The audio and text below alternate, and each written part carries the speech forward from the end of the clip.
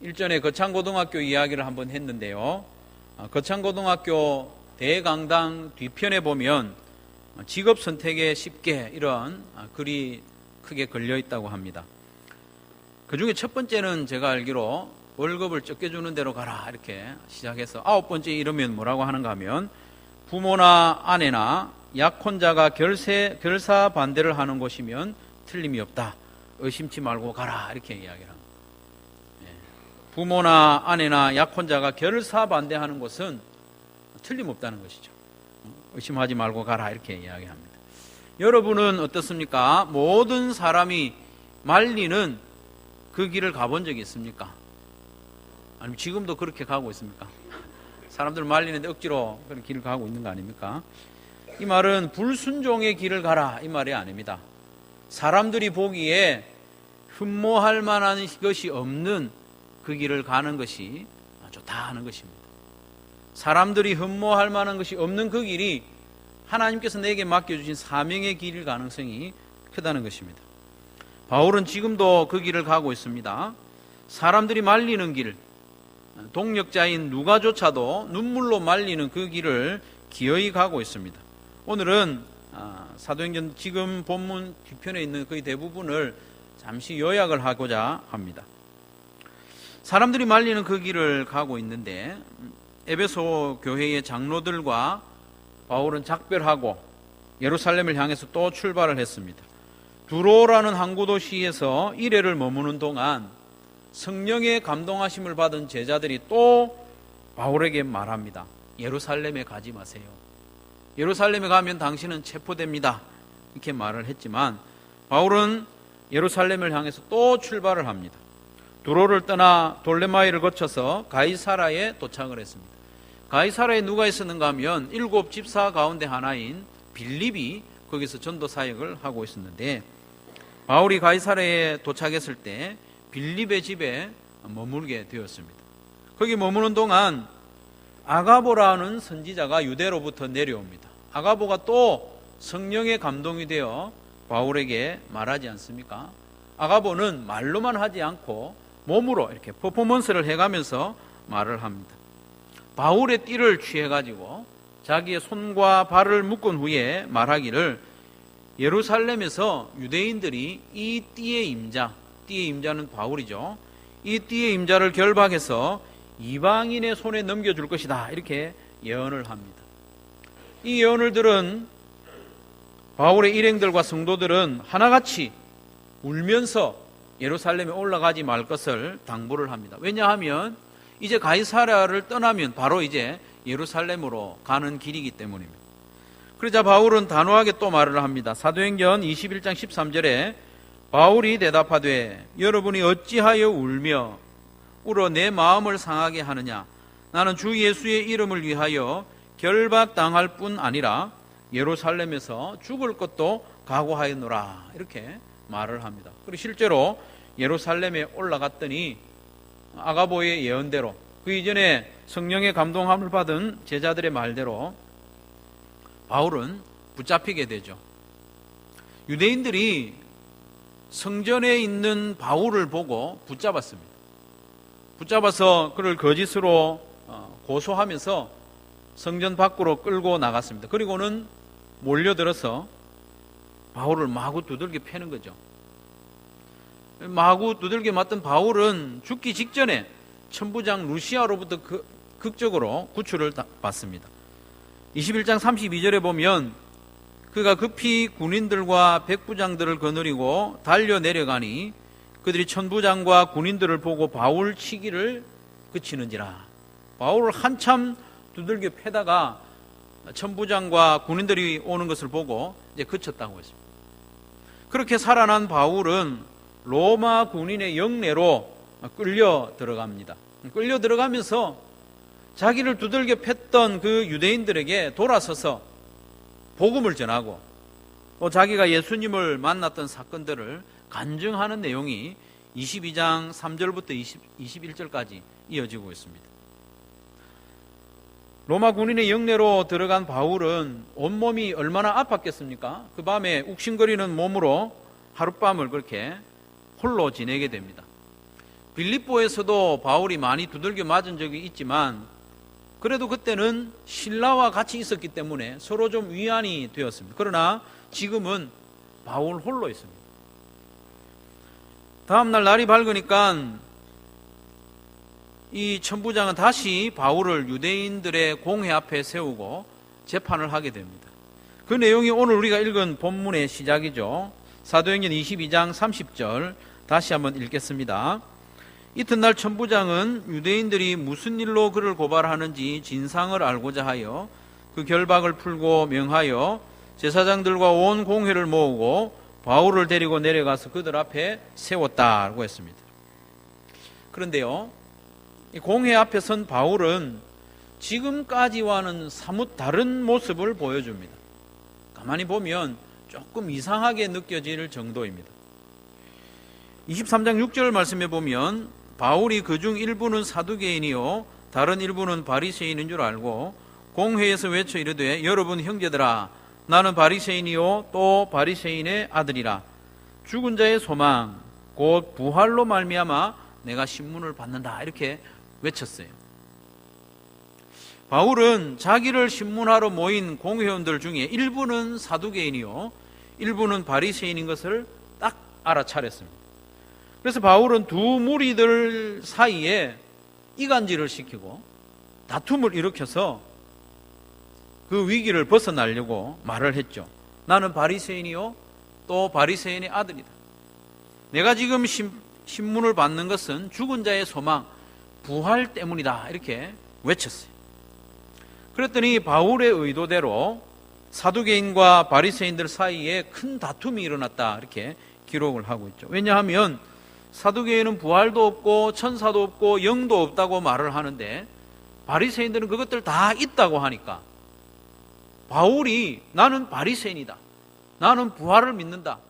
그 부활 때문에 신문을 받는다. 이렇게 외치니까 금세 바리새인들이 바울의 편이 되어버린 거예요. 그래서 바울을 신문하러 모인 이 무리가 두 패로 나뉘어서 갑자기 자기들끼리 다투게 된 것이죠.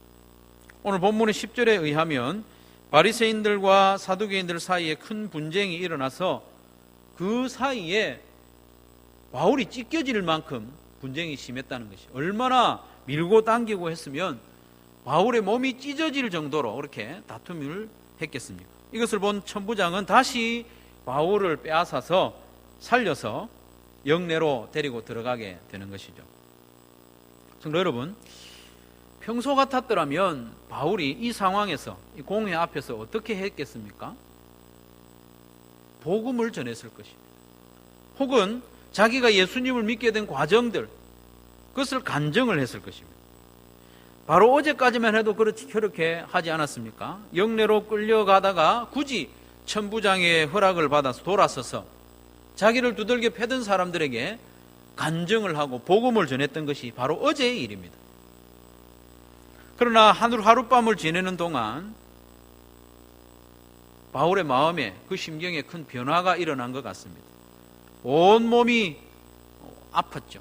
두들겨 맞아서 욱신거리는 그 가운데 하룻밤을 홀로 지내는 가운데 심경에 변화가 일어난 것 같습니다. 그래서 바울은 복음을 전하거나 간증을 하는 대신에 바리새인과 사두개인 사이를 이간질시켜서 그 위기를 모면하려고 했는지 모릅니다. 사실 바울은 며칠 전까지만 해도 가이사랴에서 뭐라고 고백을 했습니까? 나는 주 예수의 이름을 위하여 결박당할 뿐 아니라 예루살렘에서 죽을 것도 각오가 되어 있다. 며칠 전에 그렇게 고백을 했는데 그러나 두려움이 밀려오니 바울도 약해졌던 모양입니다. 그도 그럴 것이 전날에는 유대인들에게 실컷 두들겨 맞아서 죽을 뻔했고 또 방금은 바리새인들과 사두개인들 사이에 몸이 찢겨져서 죽을 뻔했던 그런 경험이 있지 않습니까? 그래서 주님께서 그날 밤에 바울을 찾아오셨어요. 11절 말씀에 보니까 그날 밤에 주께서 바울 곁에 서서 이르시되 담대하라. 네가 예루살렘에서 나의 일을 증언한 것 같이 로마에서도 증언하여야 하리라 하시니라. 아멘. 주님께서 친히 나타나셔서 바울을 위로하셨다는 것은 이틀 연속 죽음의 고비를 넘기던 이 바울이 심각한 두려움과 또 절망감에 빠져 있었다는 증거가 되는 것이죠. 그리고 이날 이후로 바울이 견뎌야 할 고난의 긴 세월이 기다리고 있기 때문에 주님께서는 미리 오셔서 바울을 격려하는 것이죠. 바울은 가이사라에 가서 2년 동안 갇혀 지낼 것이고 또 이어서 로마에 끌려가서도 2년 동안 감옥 생활을 하게 될 것입니다. 그렇기 때문에 이미 영과 육이 많이 지쳐있는 바울에게 힘을 주시기 위해 주님께서 곁에 서셔서 힘내라, 두려워하지 마라, 담대하라 이렇게 말씀하신 것이죠. 주님께서 위로하시고 격려하신 이후에도 여전히 바울의 고난의 세월은 계속됩니다. 유대인들 가운데요, 바울을 죽이기 전에는 먹지도 않고 마시지도 않겠다 그렇게 결심한 결사대가 40명이나 생기게 됩니다. 이 사실을 알게 된 바울은 천부장에게 그것을 알리죠. 그랬더니 천부장은 자기 힘으로는 바울을 지켜줄 수 없을 것 같아요. 그래서 밤중에 바울을 가이사랴로 보냅니다. 가이사랴는 당시 유대의 로마가 정한 수도였거든요. 보통 우리는 예루살렘이 수도하면 이스라엘 수도는 예루살렘이다 이렇게 생각을 하지만 로마가 정한 수도는 달랐습니다. 해안 도시 가이사랴를 로마는 수도로 정했고 그리고 총독도 평소에는 거기서 지내고 있었죠. 그래서 천부장은 바울을 가이사랴로 호송을 했습니다. 바울이 가이사랴로 호송되니까 대제사장들이 포기한 게 아니에요. 거기까지 따라 내려옵니다. 장로들과 변호사를 대동해서 쫓아와서 바울을 또 고발을 합니다. 그것이 24장 1절 이하에 기록이 되어 있습니다. 총독은 바울에게서 죄를 발견하지도 못했으면서도 바울을 풀어주지 않습니다. 2년 동안 더 감옥에 가두어 둡니다. 왜냐하면 바울이 예루살렘 교회에 그에게 구제 헌금을 전달했기 때문에 바울이 부자인 줄 알았어요. 그래서 2년 동안 가두어 놓고 수시로 불러서 신문하면서 돈을 좀 뜯어내려고 했던 것이죠. 벨릭스 총독이. 그렇게 세월이 2년 지난 후에 총독이 바뀌었습니다. 베스도라는 총독이 부임하니까 이 대제사장들과 장로들 유대인들이 또다시 바울을 고소합니다. 가이사라에서 예루살렘으로 끌고 와서 여기서 재판을 합시다. 베스도에게 부탁을 하니까 베스도의 마음이 움직이는 거예요. 그렇게 할까? 그런 마음이 들었고 바울 보고 이야기합니다. 너 예루살렘 가서 재판 받을래? 물어보니까 바울은 또 불안감이 찾아옵니다. 알았거든요. 왜냐하면 예루살렘으로 이동하는 중에 저들이 자기를 암살할 것을 알았습니다. 그래서 바울은 자기가 로마 시민인 것을 권리로 내세우면서 나는 황제 가이사에게 재판을 받겠다. 그렇게 해서 예루살렘으로 가지 않고 로마로 끌려가게 되는 것이죠. 이렇게 다시 한번 목숨을 건진 바울은 사도행전 27장 1절 이하에 보면 백부장 율리오의 손에 맡겨져서 로마로 끌려갑니다. 여러분 아시는 대로 로마로 가는 중에 큰 광풍 유라굴로를 만나서 바울과 온 배에 탔던 모든 사람들이 큰 고통을 받는 것을 알지 않습니까? 광풍을 만나니까 사공들이 짐을 버리기도 하고 그래도 안 되니까 배의 기구들까지 모두 버리게 됩니다. 그때의 절박함을 27장 20절에 이렇게 기록을 하죠. 여러 날 동안 아마 한 2주 정도 되는 기간이죠.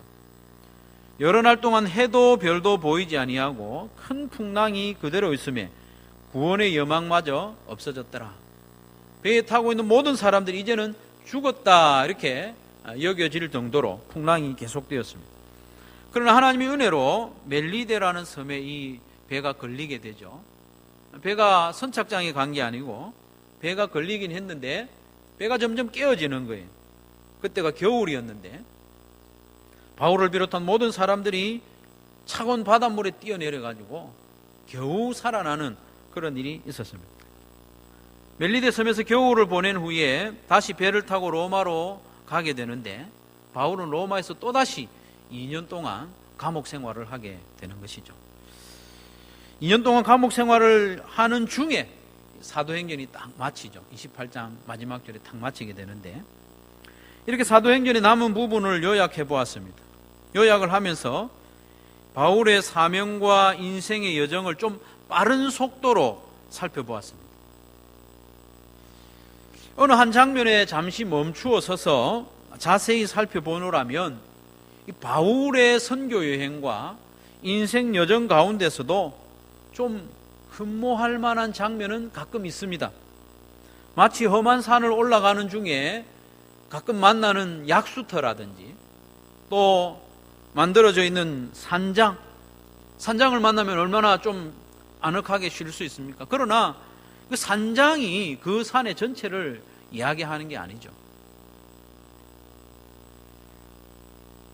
삭막한 아스팔트 갓길에 보면 가끔 피어나 있는 풀도 있고 꽃이 가끔 있습니다. 태양이 장렬하는 그 여름에 아스팔트는 녹아내릴 듯이 뜨겁지만 그 도로가에 피어있는 작은 그 꽃을 바라보면서 아스팔트를 아름답다 이렇게 말하는 사람은 없지 않습니까? 마찬가지입니다. 예를 들면 전도자 빌립이 가이사라에서 바울을 따뜻하게 맞이해주는 그것을 보면서 바울의 인생도 따뜻했네 이렇게 말할 수는 없는 것이죠. 혹은 로마로 압송되는 중에 보디올과 트레이스 타베르네까지 로마의 성도들이 마중 나와서 따뜻하게 맞이해주고 또 음식을 대접하는 그 장면을 보면서 바울의 인생이 그래도 좋았네 이렇게 말하지는 않는다는 것이죠. 오늘과 같이 바울의 인생 여정을 전체로 좀 빠른 속도로 살펴보면 결코 이 바울의 인생이 그렇게 따뜻한 인생이 아니었다는 것이죠. 고난의 연속이었습니다. 누가가 사도행전을 통해서 사도 바울의 인생을 우리에게 들려주는데 그 인생을 우리가 간접적으로 들을 때는 좀 영광스러워 보일 수도 있습니다. 바울이 했던 그 능력 있는 설교와 복음 전파, 안전병이를 일으키는 기적들, 죽은 사람도 살리는 놀라운 역사, 두려움에 사로잡혔을 때 주님께서 친히 찾아오셔서 위로해주는 장면, 이런 것을 보면 바울이 좀 부러워 보이기도 하고 또 따라 해보고 싶은 그런 마음이 조금 생깁니다만, 그러나 그 인생 여정을 직접 걸어갔던 그 당사자인 바울로서는 결코 그렇지 않습니다. 고난의 연속이었죠. 엄청난 고난이었습니다. 사도행전 절반 이상을 이 바울의 인생 여정을 소개하고 있는데 바울은 도대체 어떤 힘으로 그 고난의 길을 끝까지 잘 걸어갈 수 있었을까? 2주 전에도 한번 말씀을 드렸습니다만 그것은 주님께서 맡겨주신 그 사명을 목숨보다 귀하게 여겼기 때문입니다. 사명을 생명보다 귀하게 여겼기 때문에 이 길을, 고난의 길을 끝까지 걸어갈 수 있었던 것이죠. 사람들은 흔히 말하기를 생명보다 귀한 것은 없다 이렇게 말하지 않습니까? 생명을 보존해야 그래도 훗날을 기약할 수 있다. 생명을 지켜야 된다 이렇게 말들을 합니다. 하지만 바울은 생명보다 사명이 더 귀하다고 고백하지 않았습니까? 내가 달려갈 길과 주 예수께 받은 그 사명, 곧 하나님의 은혜의 복음을 증언하는 일을 마치려 하면은 나의 생명조차 조금도 귀한 것으로 여기지 않는다 이렇게 고백하지 않았습니까? 바울의 최우선 관심사는 어떻게 하든지 살아남는 것, 그것이 아니었습니다. 주 예수께 받은 사명, 그 사명의 길을 끝까지 달려가는 것이 사도 바울의 최선의 관심사였습니다. 성도 여러분, 우리의 생명, 우리의 목숨을 지키는 것이 가장 중요한 일은 아닙니다. 목숨을 위하여 무엇을 먹고 무엇을 마시고 무엇을 입을까, 그것이 우리에게 가장 중요한 문제가 아니라는 것이죠. 생명을 걸고서라도 감당할 사명, 내가 죽을 때까지 붙잡아야 할 사명이 가장 중요한 것입니다. 여러분, 생명은 건졌는데 사명을 놓쳤다면 그 인생이 값진 인생이겠습니까?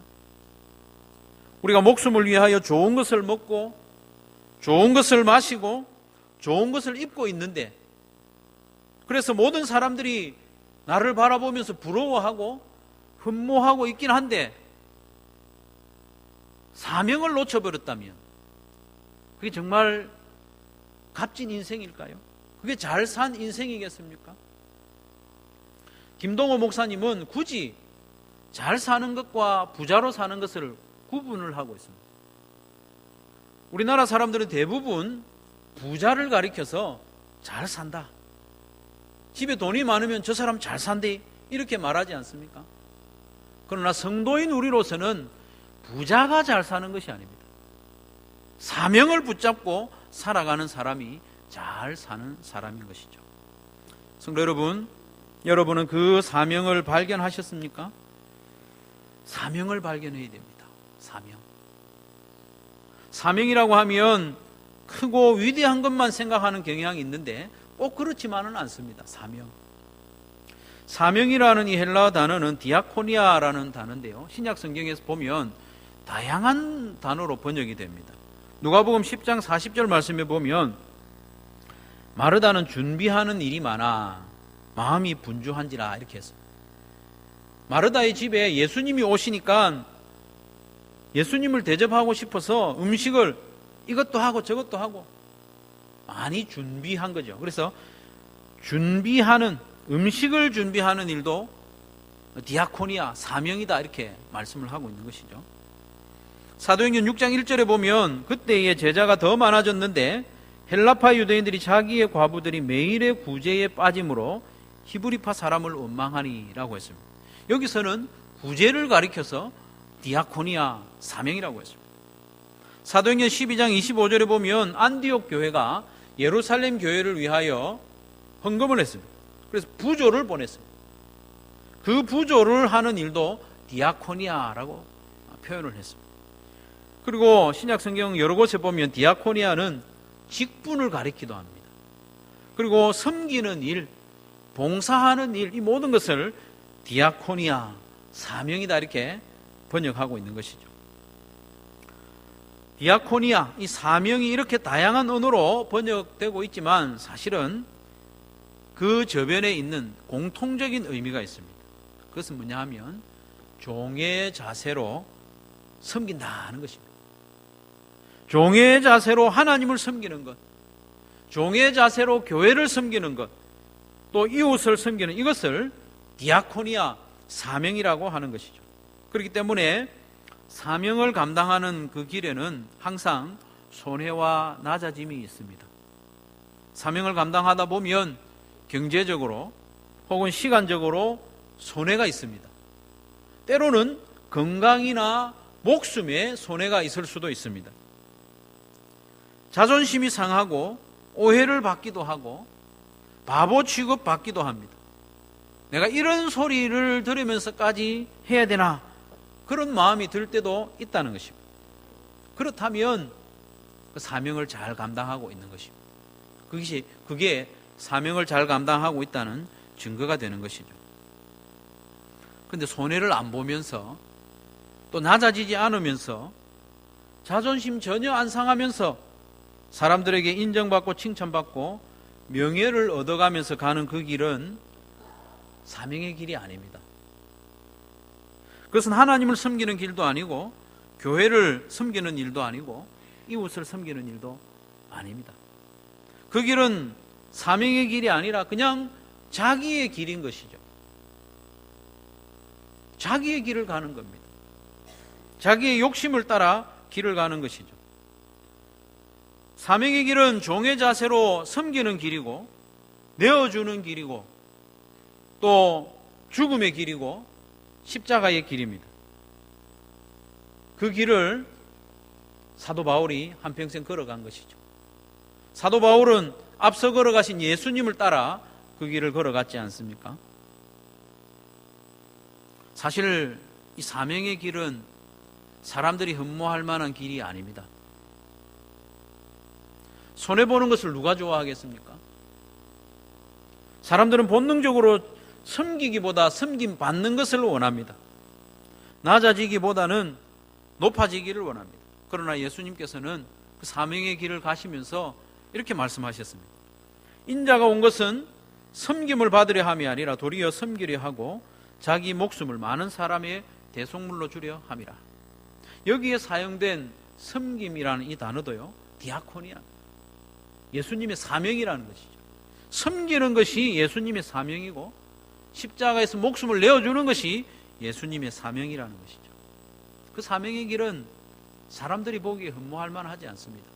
이사야 53장 2절 말씀에도 보면 예수님에 대해서 기록하면서 우리가 보기에 흠모할 만한 아름다운 것이 없었다고 합니다.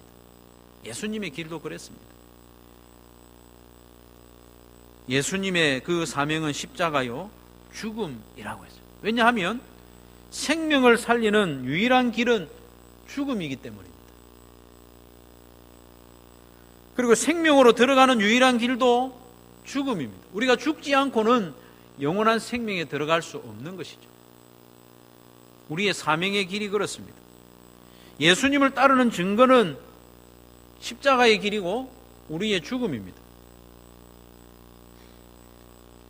모든 형태의 선교와 사명은 십자가로 이어지고 죽음으로 귀결됩니다. 왜냐하면 죽음이 열매 맺는 유일한 길이기 때문입니다. 씨를 뿌렸는데 그 씨가 죽지 않으면 열매를 맺어올 수 없는 것처럼 우리의 섬김이 열매를 맺기 위해서는 죽어야 하는 것입니다. 그렇기 때문에 이 사명의 길은 흠모할 만한 길이 결코 아닌 것이죠. 이 사명의 길은 많은 사람들을 청중으로 삼는 길이 아니라 한 분 하나님만을 유일한 청중으로 삼고 걸어가는 길입니다. 하나님만 의식하고 하나님 앞에서 걸어가는 길이 사명의 길입니다. 영국의 총리를 지낸 윈스턴 처칠이 이런 말을 했습니다. 사람들은 지도자가 늘 귀를 계속해서 땅에 대고 있어야 된다, 이렇게 말을 했어요. 그렇게 기대한다고 말을 했습니다. 혼란한 시대를 살아가는 우리에게 참 의미가 있는 말이라고 생각됩니다. 윈스턴 처칠이 그렇게 받아들인 게 아니고 국민들이 그렇게 생각한다는 것이죠. 국민들은 지도자가 항상 귀를 땅에 대고 있어야만 한다, 이렇게 생각한다는 거예요. 그게 무슨 말인가 하면 항상 국민의 음성에 귀를 기울이고 여론에 민감하게 반응하고 그것을 반영해서 일해야 된다. 국민들은 그렇게 생각했지만 처칠은 그렇게 생각하지 않았습니다. 처칠은 갤럽 여론조사의 그 변덕스러운 기류에 따라 사는 것은 대단히 위험한 일이다, 이렇게 이야기했습니다. 무슨 말입니까? 사람들의 여론이나 요구보다 하나님을 유일한 청중으로 모시고 그분의 뜻에 따라서 살아가야 한다는 것이죠. 하나님께서 맡기신 사명이 더 중요하다는 것입니다. 여론이 중요한 게 아니라 하나님의 뜻이 중요하다는 것입니다. 오늘 아침에 교회에 오면서 여러분 하늘을 한번 쳐다보셨습니까? 오늘은 유난히도 푸르고 푸른 하늘이 펼쳐져 있습니다. 구름도 한 점 없고요. 너무나도 푸른 하늘이 펼쳐져 있고 푸른 하늘 저 너머로 무한히 넓은 우주가 있지 않습니까?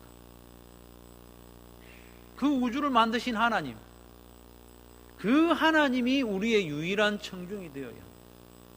우리와 같이 땅을 밟고 살아가는 많은 사람들이 우리의 청중이 되도록 해서는 안 되는 것이죠. 우주 만물을 만드신 하나님께서 내게 맡기신 사명, 그 길은 사람들이 보기에 흠모할 만한 것이 없겠지만 결국에는 우리 하나님께서 우리에게 영광의 길을 허락해 주실 줄로 믿으시기를 바랍니다. 고난의 길 끝에는 영광이 기다립니다.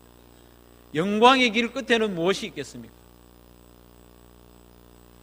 미국의 강철왕 앤드류 카네기를 여러분 잘 아시지 않습니까? 그렇지만 이 사람이 스코틀랜드 출신이라는 것은 아는 사람이 별로 없는 것 같아요. 스코틀랜드 펀던 라인이라는 그곳에서 가난을 벗어나기 위해서 이 가족이 미국 피처버그로 이렇게 이민을 왔죠. 33년 만에 고향을 방문하게 되었는데 카네기의 어머니 마가렛 여사는요, 자기 가정이, 아들이, 그 가문이 그렇게 부자가 되어도 별로 기쁘지 않았다는 것이죠. 온 미국 사람들이 다 부러워했지만 자기는 기쁘지 않았다는 것이죠. 그런데 33년 만에 고향 그 스코틀랜드 덤펌라인을 방문했을 때 고향 사람들이 자기를 따뜻하게 맞이해주고 축하해줄 때 너무 기뻐서 눈물을 하염없이 흘렸다, 그렇게 이야기합니다. 성도인 우리도 마찬가지입니다. 우리가 살아가는 이 세상 사람들의 부러움,